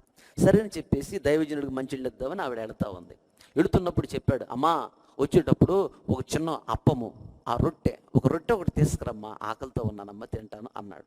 అప్పుడు వెంటనే ఎవడంటుంది, అయ్యా దొడ్డులో కొంచెం పిండి ఉన్నది, బుడ్డులో కొంచెం నూనె ఉన్నది, ఒక్క రొట్టె మాత్రం అవుతుంది, ఆ ఒక్క రొట్టె చేసుకొని నేను ఇదిగో మా బిడ్డ మా కుమారుడు తిని ఇక ఎంతకాలం బ్రతికుంటాం అంతకాలం బ్రతికి చనిపోదాం అనుకుంటున్నాం అయ్యా, ఇంక లేదు నాయన అని చెప్పింది. అప్పుడు దైవజనుడు అన్నాడు, అమ్మా భయపడకు, వెళ్ళి నేను చెప్పినట్లు నువ్వు చెయ్యి. మొదట ఒక రొట్టెని చేసి లేదా ఒక అప్పాన్ని చేసి అది తీసుకుని వచ్చి నాకు పెట్టమ్మా, నేను తిన్న తర్వాత నువ్వు వెళ్ళి నీకు నీ బిడ్డకి అప్పములు చేసుకోపో అన్నాడు. ఈ కరువు తీరిపోయేంత వరకు కూడా దేవుడు మరలా భూమి మీద వర్షాన్ని కురిపించేంత వరకు కూడా ఈ కరువు కాలంలో నీ తొట్టులో ఉన్న పిండి అయిపోదు, నీ బుడ్డులో ఉన్న నూనె అయిపోదు అని ఇశ్రాయేలు దేవుడైన యెహోవా సెలవిచ్చుచున్నాడమ్మా అన్నాడు. అనగానే ఆవిడిక దైవజనుడు మాట దేవుడు మాట అని నమ్మి వెళ్ళింది. వెళ్ళి ఆవిడ ప్రార్థన చేసుకున్నది, తొట్టులో నుంచి పిండిని తీసింది, మొత్తం పిండి తీసేసింది, మొత్తం నూనె పోసింది, రొట్టె చేసింది. దేవుడి దయవల్ల రొట్టె చేసేటప్పుడే వాడు పొట్ట కొట్టుకుంటా ఉన్నాడు పిల్లోడు. దేవుడి దయవల్ల వాడికి బెట్ల, ఆమె కూడా తినలేదు. గమనించాలి, ఏదైనా పిండి వంటలు చేసేటప్పుడు పిల్లలు ఇల్లు విడిచిపెట్టి ఎక్కడికి వెళ్ళరు, ఇంటి పక్క పిల్లలను కూడా ఇంటికి రానివ్వరు. పిల్లలు చాలా స్ట్రిక్ట్గా ఉంటారు, మామూలు టైంలో అసలు దొరకరు.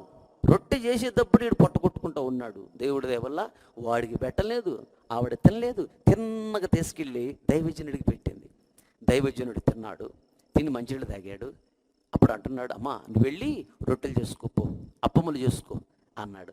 అప్పుడు వాస్తవంగా ఏమనాలి, తగాది పెట్టుకోవాలి. నువ్వు తింటే సరిపోద్దు నాయన, పిల్లోడు కూడా పెట్టుకుని తినేసి నాయన, మొత్తం తీసి నేనే ఉండేది నాయన, ఇంకెక్కడుంది నాయన, అక్కడేమి లేదు నాయన అని చెప్పేసి ఆవిడ గొడవ పెట్టుకోవాలి. అలా మాట్లాడలేదు. మాట్లాడకుండా దైవజనుడు మాట దేవుడు మాట అని నమ్మింది, వెళ్ళింది. స్తోత్రం స్తోత్రం స్తోత్రం స్తోత్రం అనుకుంటా ప్రార్థన చేసుకుంటూ, దైవజనుడు చెప్పాడు కదా, దైవజనుడు చెప్పాడు కాబట్టి దేవుడే నాతో మాట్లాడాడు, దైవజనుడు దేవుడే నాతో మాట్లాడాడు, దేవుడు నాకు ఇస్తాడు అని చెప్పి ఆవిడ ప్రార్థన చేసుకుంటూ స్తోత్రం స్తోత్రం చేయబెట్టింది. ఆ తొట్టులో చేయబెట్టేటప్పటికి పిండి దొరికింది. బుడ్డులో చూస్తే ఉన్నది, నూనె పోసింది, రొట్టె చేసింది. చక్కగా ఆవిడ తిన్నది, బాబు పెట్టుకున్నది. ఈ విధముగా 3 సంవత్సరాల కరువులో ఆ దేశంలో వేల మంది చనిపోయినా ఈ ఇంటికి కరువంటూ రాకుండా దేవుడు పోషించాడు. కరువంటూ వాళ్ళకి తెలియకుండా దేవుడు పోషించాడు. ఎవడు పోషించబడింది, ఎవడు కుమారుడు పోషించబడ్డాడు, ఆ ఇంట్లో ఉన్నటువంటి బంధువులు పోషించబడ్డారు, దైవజనుడు పోషించబడ్డాడు. కరువులో వేల మంది చనిపోతున్నా ఆ ఇంటికి కరువంటూ రాకుండా దేవుడు సమృద్ధినిచ్చి ఆ ఇంటిని పోషించాడు. దేవునికి స్తోత్రం. చెప్పలేదు గట్టిగా హల్లెలూయా. అలాగే సారెపతి విధవరాలు యొక్క జీవితాన్ని దేవుడు నీ ముందు నుంచి మాట్లాడుతున్నాడు. ఎన్నో సందర్భాల్లో ఈ వాక్యము నువ్వు విని ఉండొచ్చు, ఎన్నో సందర్భాల్లో ఈ వాక్యం నువ్వు చదివి ఉండొచ్చు, ఆ పరిస్థితులు వేరు. కానీ ఇప్పుడు దేవుడు తేటగా నీతో మాట్లాడుతున్నాడు. ఈ వాక్యాన్ని నేను ముందు నుంచి నీతో మాట్లాడుతున్నాడు. సారెపతుల విధవరాలు పోషించినట్లుగా దేవుడు నిన్ను పోషించబోతున్నాడు. ఆమేన్. ఎలా పోషించబోతున్నాడు అంటే, కరువంటూ రాకుండా ఆవిడని పోషించినట్లుగా కరువంటూ నీ ఇంటికి రాకుండా దేవుడు నిన్ను పోషించబోతున్నాడు. ఇక కరువంటూ ఉండదు. ఈరోజు నీ ఇంట్లో సంతోషం కరువైందేమో, సమాధానం కరువైందేమో, ఆరోగ్యం కరువైందని బాధపడుతున్నవేమో, సంతానమే కరువైపోయిందేమో, ఉద్యోగం కరువైందేమో, ఒకవేళ సొంత ఇల్లే కరువైపోయిందేమో, వివాహం కరువైపోయిందేమో, అసలు ఏ దీవెన కరువైపోయిందో నాకైతే తెలియదు, నువ్వు ఏ కరువులో ఉన్నావో నాకైతే తెలియదు. కానీ నా దేవుడు నీతో మాట్లాడుతున్నాడు. కరువంటూ రాకుండా దేవుడు నిన్ను పోషించబోతూ ఉన్నాడు. ఆమేన్. హల్లెలూయా. చెప్పలు గట్టిగా హల్లెలూయా. అలా పోషిస్తాడు, కంగారు పడకు. అయితే ఇక్కడ ఒక విషయాన్ని మనం గమనించాలి. ఈవిడిని కరువంటూ రాకుండా దేవుడు ఆవిడని పోషించాడు. అప్పుడు ఆ ఇశ్రాయేల్ దేశంలో చాలామంది విధవరాళ్ళు ఉన్నా వాళ్ళ ఇంటికి వెళ్ళమని దేవుడు చెప్పలేదు. ఈ సారెపతులో ఉన్నటువంటి విధవరాళ్ళ ఇంటికి వెళ్ళమని దేవుడు చెప్పాడు. ఈవిడ ఒక్కతే యేసయ్యని నమ్ముకున్నది, ఈవిడ దగ్గరికి వెళ్ళమని చెప్పాడు. కారణం ఏంటంటే ఆవిడలో భక్తి ఉన్నది, అందుకని దేవుడు ఆ ఇంటికి వెళ్ళమని చెప్పాడు. దైవజనుడు ఈవిడలో ఉన్న భక్తి ఏంటో చూడండి. వాస్తవంగా దైవజనుడు చెప్పాడు. ఆవిడకి తెలుసు ఇంట్లో ఉంది కొంచెం పిండే, ఉన్నది కొంచెం నూనె, అదే చివరి రొట్టె చేసుకుని తిని ఇంకెంతకాలం బ్రతికిస్తాడు దేవుడు, అంతకాలం బ్రతికి చనిపోదాము అని ఒక నిర్ణయానికి వచ్చేసారు. అలాంటి పరిస్థితుల్లో దైవజనుడు వచ్చి అడగగానే ఆవిడ ఎదురు మాట్లాడకుండా, ఎదురు చెప్పకుండా దైవజనుడు మాట దేవుని మాట అని నమ్మి అలా నడుచుకుంది. కనుకనే ఆ ఇంటి కరువంటూ రాకుండా పోషించాడు. ఈ వాక్యాన్ని వింటున్నటువంటి మీరు ఎన్నో సందర్భాల్లో లెక్క చేయకుండా వెళ్ళావు, సమస్యల పాలైపోయావు. ఇక నుంచి ఒక నిర్ణయానికి రా. దైవజనుడు మాట దేవుడు మాటని నేను నడుచుకుంటున్నాను తీర్మానం చేసుకో. దేవుడు కరువంటూ రాకుండా నిన్ను పోషించబోతున్నాడు. ఆమేన్. అది ఒక విషయం. రెండోది ఇంకొకటి గమనించినట్లయితే, ఈవిడ ఆ ఇంట్లో చేసినటువంటి మొట్టమొదటి రొట్టె తీసుకొచ్చి దైవజనుడికి ఇచ్చింది. దైవజనుడికి ఇచ్చిన తరువాతనే ఆ ఇంటికి కరువంటూ రాకుండా దేవుడు పోషించాడు. అన్నీ ఉన్నప్పుడు ఇవ్వటము అది గొప్ప విషయం కాదు, అన్నీ ఉన్నప్పుడు పెట్టడం గొప్ప విషయం కాదు. ఆవిడకి ఏమీ లేదు, ఉన్నది ఒక్క రొట్టె. అలాంటి పరిస్థితులు ఆవిడ త్యాగం చూడండి, ఎంత త్యాగం కలిగిన వ్యక్తి ఆవిడ త్యాగం చూడండి. ఆవిడకు ఉన్నది ఒక రొట్టె, ఆ ఒక్క రొట్టె కూడా తీసుకొని వచ్చి దైవజనుడికి ఇచ్చింది. విశ్వాసముతో దైవజనుడు తింటే దేవుడు తిన్నట్లే, దైవజనుడికి ఇస్తే దేవుడికి ఇచ్చినట్లే అని విశ్వాసంతో వచ్చి ఆవిడ దైవజనుడికి ఇచ్చింది. ఏం ఆలోచించలా, తను తినలేదు, తన కొడుకు పెట్టలేదు. భయంకరం కరువే, ఇక అసలు లేదు. ఎక్కడ పోయి అడిగినా కానీ ఇచ్చేవాళ్ళు ఎవరు లేరు, వాళ్ళకే లేదు. దేశంలో భయంకరం కరువు. అలాంటి పరిస్థితుల మధ్యలో సమృద్ధిగా ఉన్నప్పుడు ఇవ్వటం గొప్ప విషయం కాదు, కానీ అసలు ఏమీ లేదు, అదే ఇక లాస్ట్. అలాంటి పరిస్థితుల్లో కూడా తనకంటే ఎక్కువగా, తన కుమారుడి కంటే ఎక్కువగా దైవజనుని ప్రేమించింది.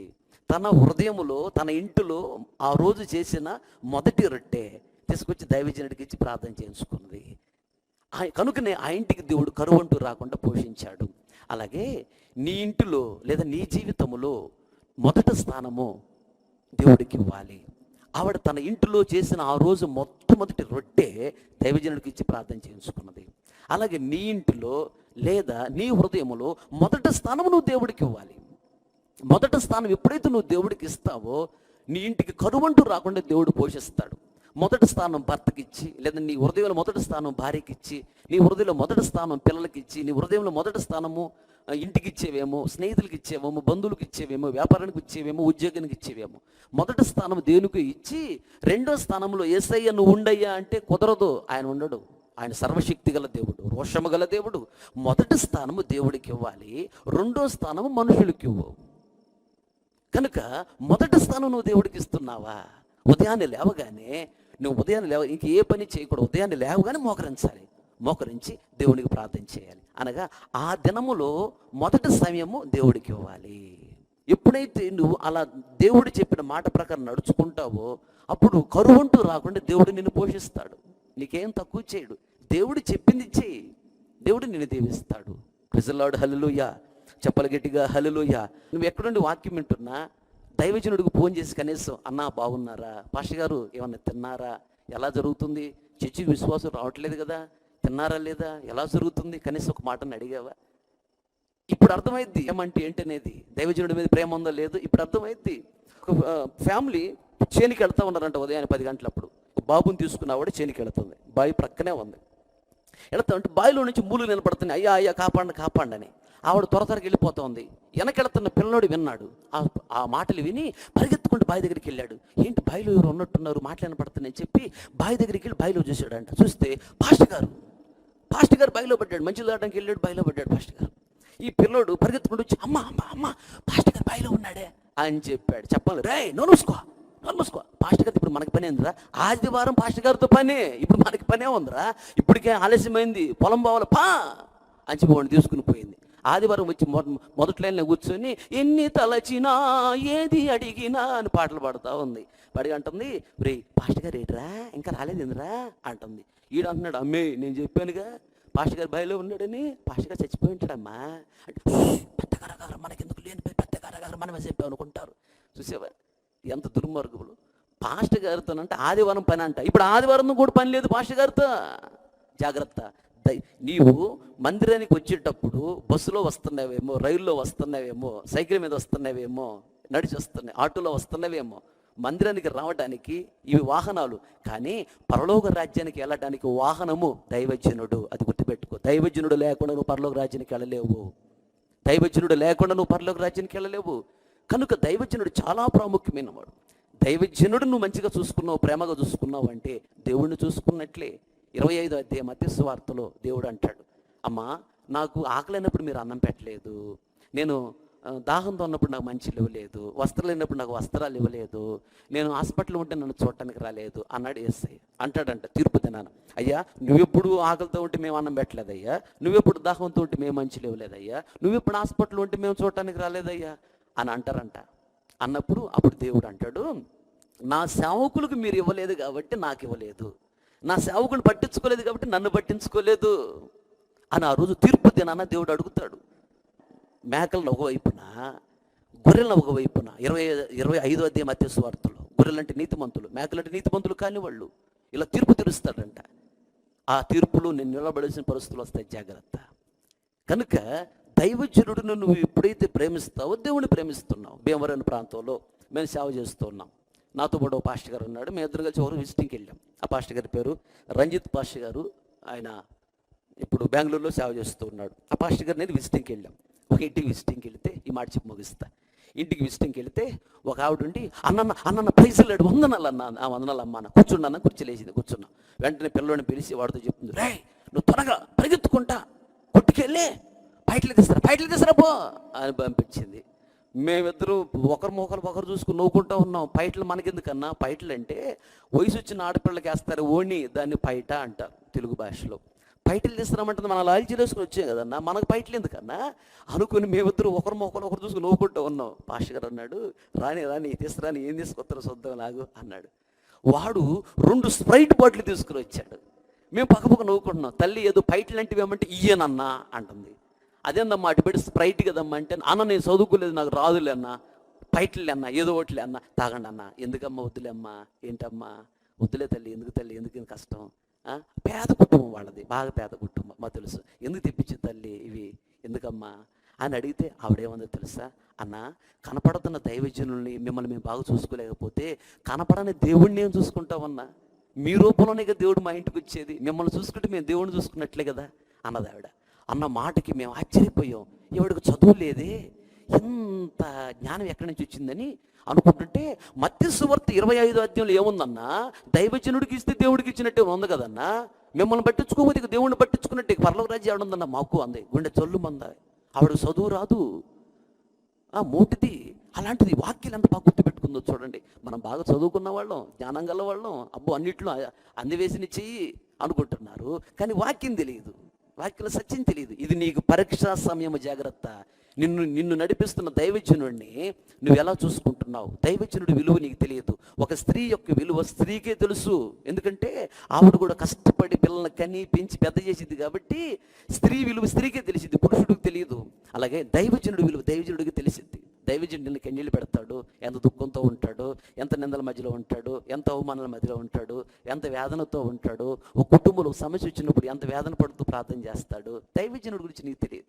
ఓ 10 మంది ఇళ్ళకి వెళ్ళి ప్రార్థన చేసి వస్తే 10 దెయ్యాలు మా మీదకి వస్తాయి. ఆ రాత్రి అంతా వాటితో యుద్ధమే, పోరాటమే, మిమ్మల్ని విడిచిపెట్టి మా మీదకి వస్తాయి. వాటిని మేము చేయించుకోవాలి కదా, వాటిని చేయించుకోకుండా మాకెందుకు వదిలేస్తే మీ కుటుంబాలు పతనం అయిపోతాయి. మీరు బాగుండాలని వాటితో పోరాడి ప్రార్థన చేసుకొని మేము వాటి నుంచి మిమ్మల్ని విడిపిస్తూ ఉంటాం ప్రార్థన చేసి, వాటి నుంచి మేము విడుదల పొందుతూ ఉంటాం. కనుక నిన్ను పరలోక రాజ్యాన్ని తీసుకెళ్ళేటువంటి వాహనమే దైవజనుడు. కనుక దైవజనుడు నువ్వు ఎంత చూసుకుంటున్నావు, ఎంత ప్రేమగా చూసుకుంటున్నావు ఇక్కడ నీకు కనపడింది. ఇది నీకు పరీక్ష సమయము. ఆవిడ ఇంటిలో మొదటి రొట్టె దైవజనుడికి ఇచ్చింది. దైవజనుడు మాట, దేవుడు మాట నమ్మింది. మొదటి రొట్టె దైవజనుడికి ఇచ్చింది. తను తినలే, తన పిల్లడు కూడా పెట్టలేదు. శిశువు దైవజనుడు అంత ప్రేమించిందో కనుక కరువంటూ రాకుండా దేవుడు పోషించాడు. ఆ రోజు కానీ దైవజనుడికి పెట్టకుండా ఆవిడ తింటే ఆ రొట్టెతోనే చచ్చిపోయేవాళ్ళు వాళ్ళిద్దరూ. వాళ్ళ వంశం భూమి మీద ఉండేది కాదు. కనుక ఈరోజు బహుతేటగా దేవుడు నీతో మాట్లాడుతున్నాడు. 3 విషయాలు దేవుడు మనతో మాట్లాడాడు. ఈ 3 విషయాలు నేను మీ ముందు ఉంచి నేను ముగిస్తాను. ఇక్కడి నుంచి మన ఆశ్చర్యకరంగా వెళతాం. 3 విషయాలు దేవుడు అతి శ్రేష్టమైన గోధుమలు ఇచ్చి పోషిస్తాను అంటున్నాడు. అనగా చాలా మంచి మంచి ఆశీర్వాదాలు ఇచ్చి నేను పోషిస్తాను అంటున్నాడు దేవుడు. 1, పక్షుల జీవితాన్ని మన ముందు ఉంచాడు. పక్షులను దేవుడు పోషించాడు. వాటిని ఎందుకు పోషించాడు దేవుడు తేటగా చెప్పాడు. చీకట పడబోతూ ఉండగా పైన గూటికి ఎగురుతూ ఉంటాయి. అలాగే చీకటి రాజ్యము శ్రమల కాలం రాబోతూ ఉన్నది. ముందుగా దేవుడు సంఘాన్ని పరలోక రాజ్యాన్ని తీసుకెళ్తాడు. మనం పరలోక రాజ్యానికి, పైన గూడిన పరలోక రాజ్యానికి వెళ్ళటానికి మనము సిద్ధపడాలి.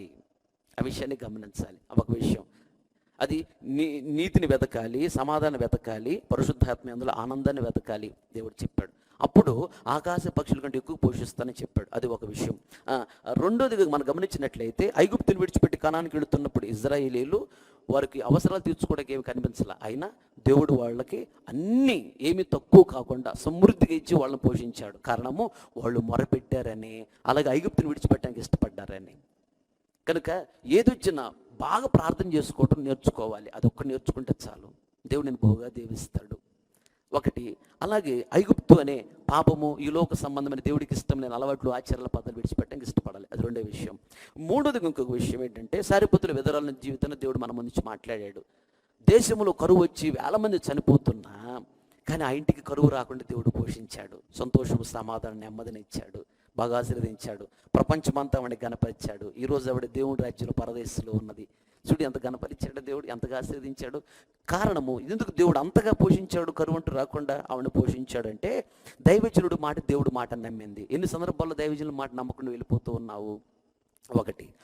రెండోది, తన ఇంటిలో మొట్టమొదటి చేసిన రొట్టె తను తినలే, తన బిడ్డకి పెట్టలేదు. తనకంటే ఎక్కువగా, తన బిడ్డ కంటే ఎక్కువగా దైవజనుడిని ప్రేమించింది. కనుక నా ఇంటి కరువు అంటూ రాకుండా దేవుడు పోషించాడు. కనుక నీ ఇంటిలో లేదా నీ జీవితంలో మొదటి స్థానము నువ్వు దేవునికి ఇవ్వాలి. దేవుని కంటే ఎక్కువగా దేన్ని ఎవరిని ప్రేమించకూడదు. దైవజనుల మాట, దేవుడి మాటనే నమ్మాలి. దైవజనుడిని ప్రేమించి దైవజనులకు మేలు చేసే మనసు నీకు ఉండాలి. దైవజనుని ఎప్పుడైతే నువ్వు ప్రేమించి మేలు చేస్తూ ఉంటావో దేవుడికి చేస్తున్నావు. కనుక దేవుడు నేను దీవిస్తాడు. మోకరించండి, ప్రార్థన చేసుకుందాం. దేవుడు ఈ వాక్యాన్ని దీవించును గాక. ఆమెన్. మహాగణుడా, మహోన్నతుడా, నిత్య నివాసి, నీకు స్తోత్రం. సర్వసంపదల గనే నీకు స్తోత్రం అయ్యా. ఈ ఉదయకాల సమయంలో మీరు మా మధ్యకి ఆత్మస్వరూపికి దిగివచ్చి మీ దాసుడుగా నన్ను మరుగుపరచి నా ద్వారా మీ బిడ్డలతో మాట్లాడిన ప్రతి మాటలను బట్టి నీకు స్తోత్రాలు చెల్లిస్తూ ఉన్నాను ప్రభువా. విత్తబడిన వాక్యం కాకూడదు ప్రభువా. విన్న ప్రతి గుండెల వాక్యాన్ని స్థిరపరచండి, వాక్యానుసారమైన జీవితం అనుగ్రహించండి ప్రభువా. అతి శ్రేష్టమైనటువంటి గోధుమలు ఇచ్చి పోషిస్తానని మీరు చెప్పారు ప్రభువా. మాట ఇచ్చి నెరవేర్చి దేవుడు ప్రభువా. ఆకాశ పక్షులు మా ముందు ఉంచారు ప్రభువా. ఇజ్రాయేల్ జీవితాన్ని మా ముందు ఉంచారు ప్రభువా. సారిపుత్రుల విధురాల జీవితాన్ని మా ముందు ఉంచారు ప్రభువా. వాళ్ళను పోషించినట్లుగానే వాళ్ళకంటే ఎక్కువగానే పోషిస్తానని ఆదరిస్తూ, ఓదారుస్తూ, బలపరుస్తూ, తృప్తిపరుస్తూ, సేద తీరుస్తూ, హెచ్చరిస్తూ మీరు మాట్లాడిన మాటలను బట్టి నీకు స్తోత్రం, స్తోత్రం, స్తోత్రం ప్రభువా. ఇదిగో ప్రభువా, ఎవరైతే ఈ వాక్యం వింటున్నారో సరిచేయండి ప్రభువా. పశ్చాత్తాప కన్నీటాత్మను కొమ్మరించండి, మనోన్నతిని వెలిగించండి, భయభక్తి చేత నింపండి, కృతజ్ఞత చేత నింపండి. ప్రతి అవసరతని మహిమేషణ తీర్చండి. ఏమీ తక్కువ కాకుండా సమృద్ధిని మేరడి చేత తృప్తిపరచి బిడ్డలను బహుగా దీవించండి. భయం ఆందోళన దూరపరచండి, ధైర్యపరచండి, వెనుతటి నడిపించండి, బహుగా దీవించండి అయ్యా. దేవ, మీ బిడ్డలు మీరు వచ్చినప్పుడు ధైర్యంగా నిలబడి మీ రాజ్యంలో ప్రవేశించడానికి అయిన కృపచేత నింపి మహిమ పొందమని, బహుగా పోషించమని యేసు నామములో అడిగి పొంది ఉన్నాము తండ్రి. ఆమెన్. తండ్రి అయిన దేవుని ప్రేమ, కుమారుడైన యేసుక్రీస్తు వారి కృప, పరిశుద్ధాత్మని అన్యోన్య సహవాసము, సన్నిధి సముఖం చేరిన మనకును ప్రపంచంలో సకల కోటి పరిశుద్ధులందరకును మరి ముఖ్యంగా వాక్యాన్ని తీర్మానం చేసుకుని ప్రతి ఒక్కరిని దృష్టి ఉంచి ఆశీర్వదించి అంతవరకు దేవుని నడిపించును గాక. ఆమెన్. మీ అందరికీ నా హృదయపూర్వకమైన వందనాలు చెల్లిస్తున్నాను.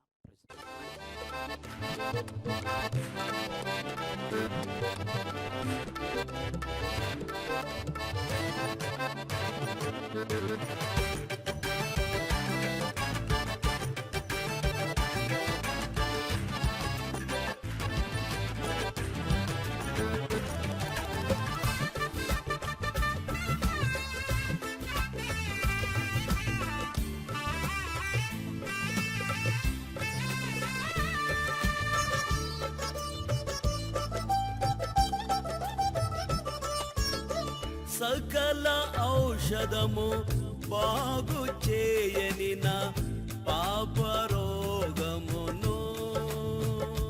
నీ రక్తము తొలగించెనే.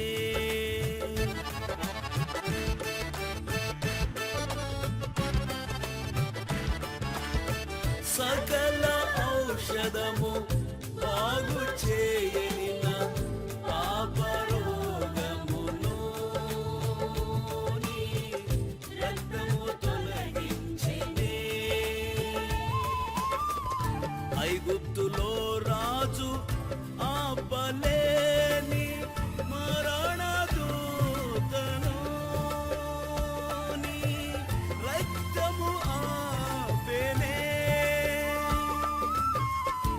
ఐగుప్తులో రాజు ఆపలేని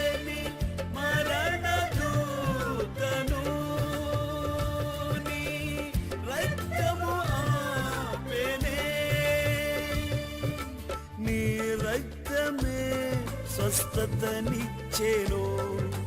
నీ రక్తమే రక్షణనిచ్చేను. నీ రక్తమే సంరక్షించేను. సర్వాధికారివి, సర్వోన్నతుడవు, సర్వము చూచితివి, సమృద్ధినిచ్చెదవు. సర్వ ఈవులకు యోగ్యునిగా నన్ను మార్చిన వాడవు. సర్వ మహిమా ఘనత నిత్యము నీకే చెల్లును. సర్వ ఈవులకు యోగ్యునిగా నన్ను మార్చిన వాడవు. సర్వ మహిమా ఘనత నిత్యము నీకే చెల్లును. సర్వాధికారివి.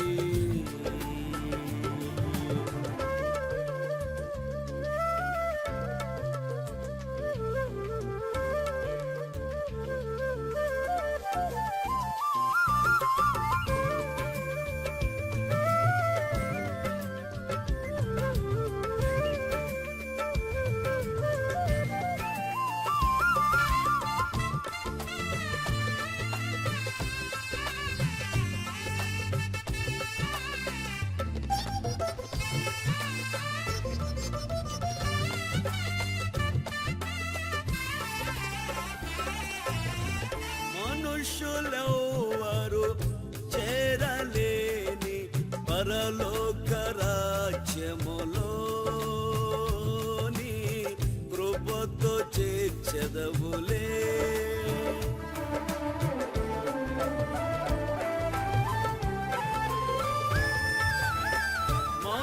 మనుషులెవ్వరు చేరలేని పరలోక రాజ్యములో నీ కృపతో చేర్చెదవులే.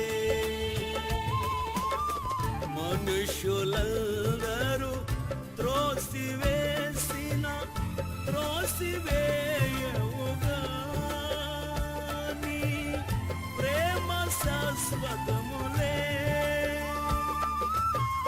మనుషులందరూ త్రోసివేయవుగా నీ ప్రేమ శాశ్వతములే. నీ ప్రేమయే విడిపించెను. నీ కృపయే నడిపించును. నీ కృపయే నన్ను నడిపించును. సర్వాధికారివి, సర్వోన్నతుడవు, సర్వము చూచితివి, సమృద్ధినిచ్చెదవు. సర్వ ఈవులకు యోగ్యునిగా నన్ను మార్చిన వాడవు. సర్వ మహిమా ఘనత నిత్యము నీకే చెల్లును. సర్వ ఈవులకు యోగ్యునిగా నన్ను మార్చిన వాడవు. సర్వ మహిమా ఘనత నిత్యము నీకే చెల్లును. సర్వాధికారివి.